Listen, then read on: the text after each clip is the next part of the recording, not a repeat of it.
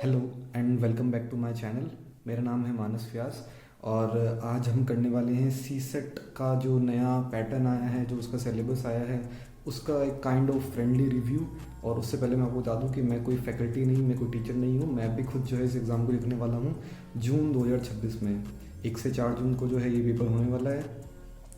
लेकिन नया सिलेबस और नया पैटर्न जानने से पहले जो पुरानी बात थी, जो पुराना पैटर्न था, एक बार उसको उसको देखते हैं। तो इससे पहले जो है बेसिकली एक ही दिन ये एग्ज़ाम होता था और ऑनलाइन एग्ज़ाम था। 4 जो है इसके अंदर सब्जेक्ट्स होते थे, जिसके अंदर कि बिज़नेस कम्युनिकेशन और अपना इकोनॉमिक एंड बिजनेस एनवायरनमेंट जो है वो तो अभी भी सेम है। लेकिन इससे पहले लीगल एप्टीट्यूड और साथ में करंट अफेयर्स जो था वो पुराने सिलेबस का पार्ट था, जो कि अब हटा दिया गया है। इससे पहले पेपर भी जो है वो टोटल 200 मार्क्स का ही होता था, अब जो है वो 400 मार्क्स का होगा। बेसिकली वैसे मोटा मोटी देखा जाए तो अब 3 जो मतलब पेपर्स होंगे उनको जो है रिटर्न फॉर्मेट में, जैसे हम 10th-12th में जो हमने आंसर्स लिखे थे उस टाइप में पेपर होने वाला है। और एक जो है जो कि बिजनेस लॉ एंड मैनेजमेंट का है, वो अभी भी एमसीक्यू होने वाला है, लेकिन वो ऑनलाइन नहीं होगा, वो भी ओएमआर शीट में जो होता है उस टाइप में होगा, जैसे कंपटीशन एग्जाम्स में होता है। तो ऐसी है नॉर्मल सी बात। और अब चलते हैं एक बार अपन आईसीएसआई की वेबसाइट पे। मैंने गूगल पे बस आईसीएसआई टाइप किया है और ये इनका जो मेन वो है लिंक वो आ गया वेबसाइट का। इनका रिजल्ट भी आया हुआ है जो दिसंबर 25 में एग्ज़ाम हुआ था प्रोफेशनल एग्जीक्यूटिव का। ओके, अपन तो चलते हैं होम पेज पर। So before going to a quick overview, एक बार पहले जो है इस चीज़ को देखते हैं कि जैसे मैं यहाँ स्टूडेंट पे गया और ये जो ऊपर सी सेट आ रहा है इस पर मैंने क्लिक किया था रेफरेंस रीडिंग मटेरियल यहाँ पे। तो जो प्रॉपर हम स्कूल में बुक्स वगैरह देखते थे वैसे चारों सब्जेक्ट की जो है यहाँ पे आपको बुक्स देखने को मिलेगी। जैसे बिजनेस कम्युनिकेशन है 208 पेज का, ये जो है इसको मॉड्यूल्स कहते हैं। मतलब तो ये चारों सब्जेक्ट के जो है मॉड्यूल्स यहाँ पे अवेलेबल हैं।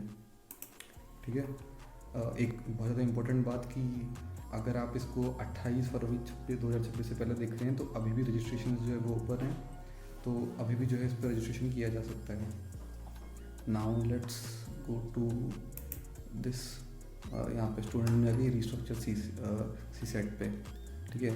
तो सबसे पहले तो ऊपर एक 1 पेज की पीडीएफ टाइप का डॉक्यूमेंट है जिसके अंदर ये बताया गया कि ये फीस वगैरह होगी और 28 तारीख तक जो है वो एक्सटेंडेड डेट है रजिस्ट्रेशन की। एग्ज़ामिनेशन के लिए अपन को अलग से वो करना पड़ता है रजिस्टर, वो अलग चीज़ है।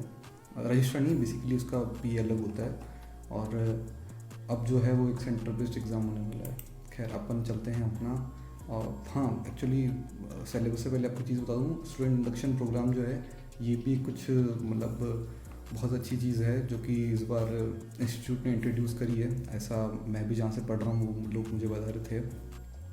इसको मैं अटेंड करने वाला हूँ। हमारा जो भीलवाड़ा का रीजनल चैप्टर ऑफिस है आईसीएसआई का, उस पर जाके हो सकता है उसमें मतलब मैं ब्लॉग वगैरह भी बनाऊँ। Let's go here syllabus for restructures C set.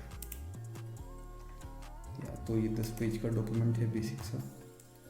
यहाँ पे जो है 4 सब्जेक्ट आ गए हैं 100 नंबर के, और लास्ट वाला जो है वो ओमर होने वाला है, वो 2 घंटे का ही होगा। बाकी ऊपर वाले जो है वो 3-3 के होंगे। और एक चीज़ में ये खासियत है कि बिज़नेस लॉ जो है, ये बिज़नेस लॉ ये आएगा 60 मार्क्स का, और जो मैनेजमेंट है वो 40 मार्क्स का ही आएगा। ठीक है।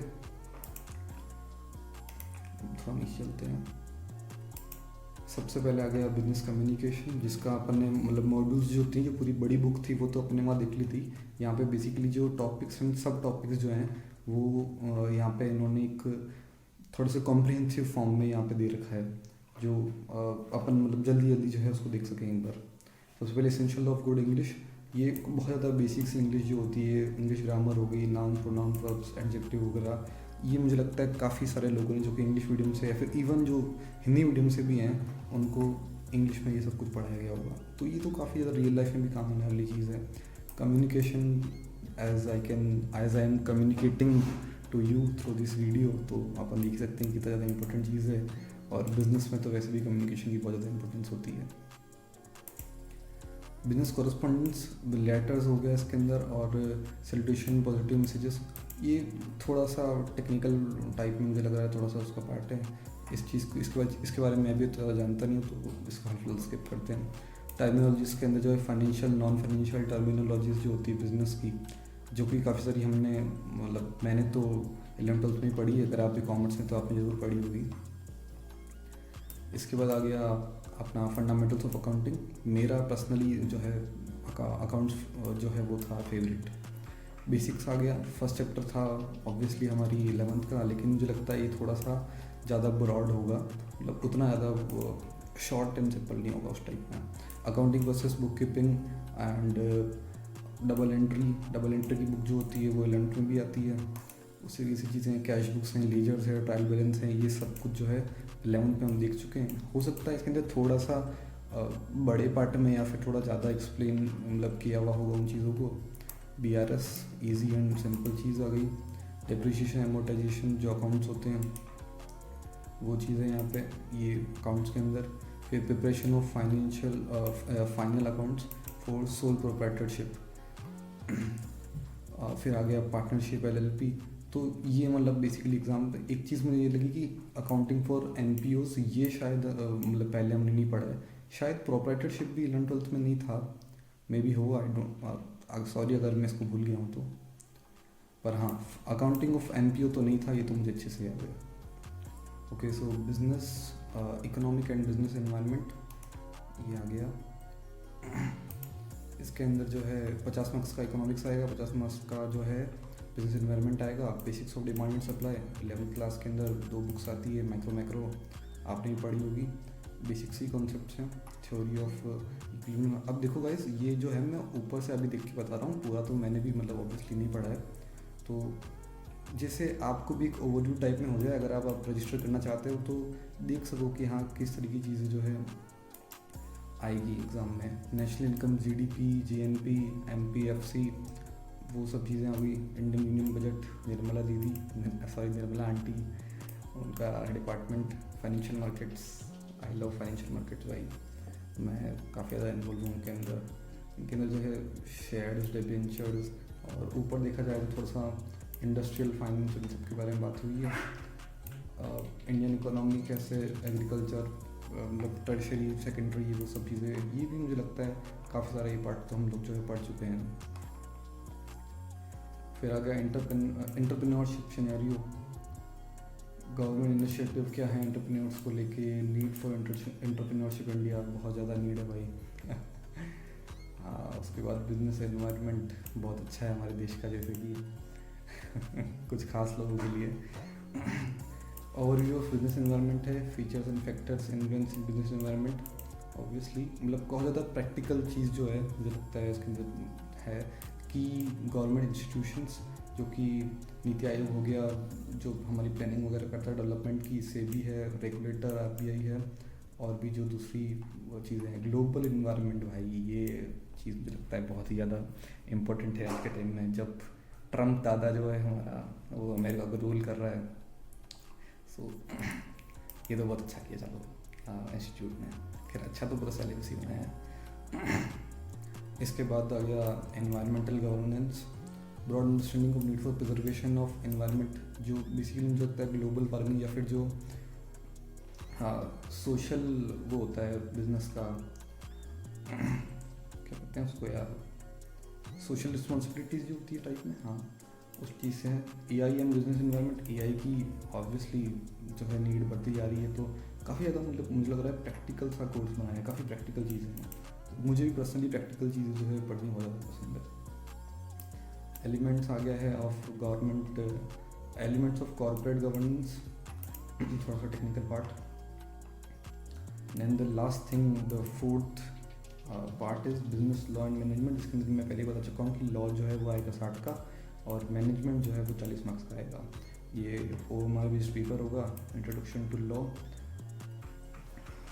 जो कि है यहाँ पे मीनिंग हो गया, और लीगल टर्मिनोलॉजी जो होगी, मैक्सिम्स, फिर elements of company law, may be mostly जो 2013 वाला है, मे बी मोस्टली का जो 2013 जिससे गवर्नेंस होती है, फिर एलिमेंट्स ऑफ कॉन्ट्रैक्ट्स हो गए, एसेंशियल वैलिड कॉन्ट्रैक्ट क्या होता है, बेलमेंट, प्लेज, जो भी डिफरेंट टाइप ऑफ कॉन्ट्रैक्ट्स होते हैं वो सब, फिर elements of law related to partnership and limited liability हो गया इधर, फिर elements of sale of goods, ये अलग सारी जो टर्मिनोलॉजीज हैं इनके अंदर काफ़ी मतलब डीप डाइव होगा ये अंदर। उसके बाद हो गया elements of law related to negotiable instruments, cheque, demand draft, presumption of law और टू नेगोशिएबल इंस्ट्रूमेंट्स। फिर आ गया पार्ट बी जो कि business management, introduction to management है। ये तो काफ़ी बेसिक सा मेरे को लग रहा है कि पेटलिस्टिक, डेमोक्रेटिक, कंजर्वेटिव, ये चीज़ शायद मैनेजमेंट वाला मतलब ये पर्टिकुलर पार्ट नहीं, लेकिन थोड़ा सा मेरे हिसाब से शायद बीएसटी में था 11th या 12th की में ही। फंक्शंस ऑफ मैनेजमेंट ठीक है, प्लानिंग ऑर्गेनाइजिंग ये तो हमने अच्छे से पढ़ा है 12th के अंदर। फिर आ गया प्रिंसिपल्स हमारे हेनरी फेवल साहब, इन शायद टेलर, हाँ ओके टेलर साहब भी आ गए, इनके बारे में हम जैसे पढ़ चुके हैं।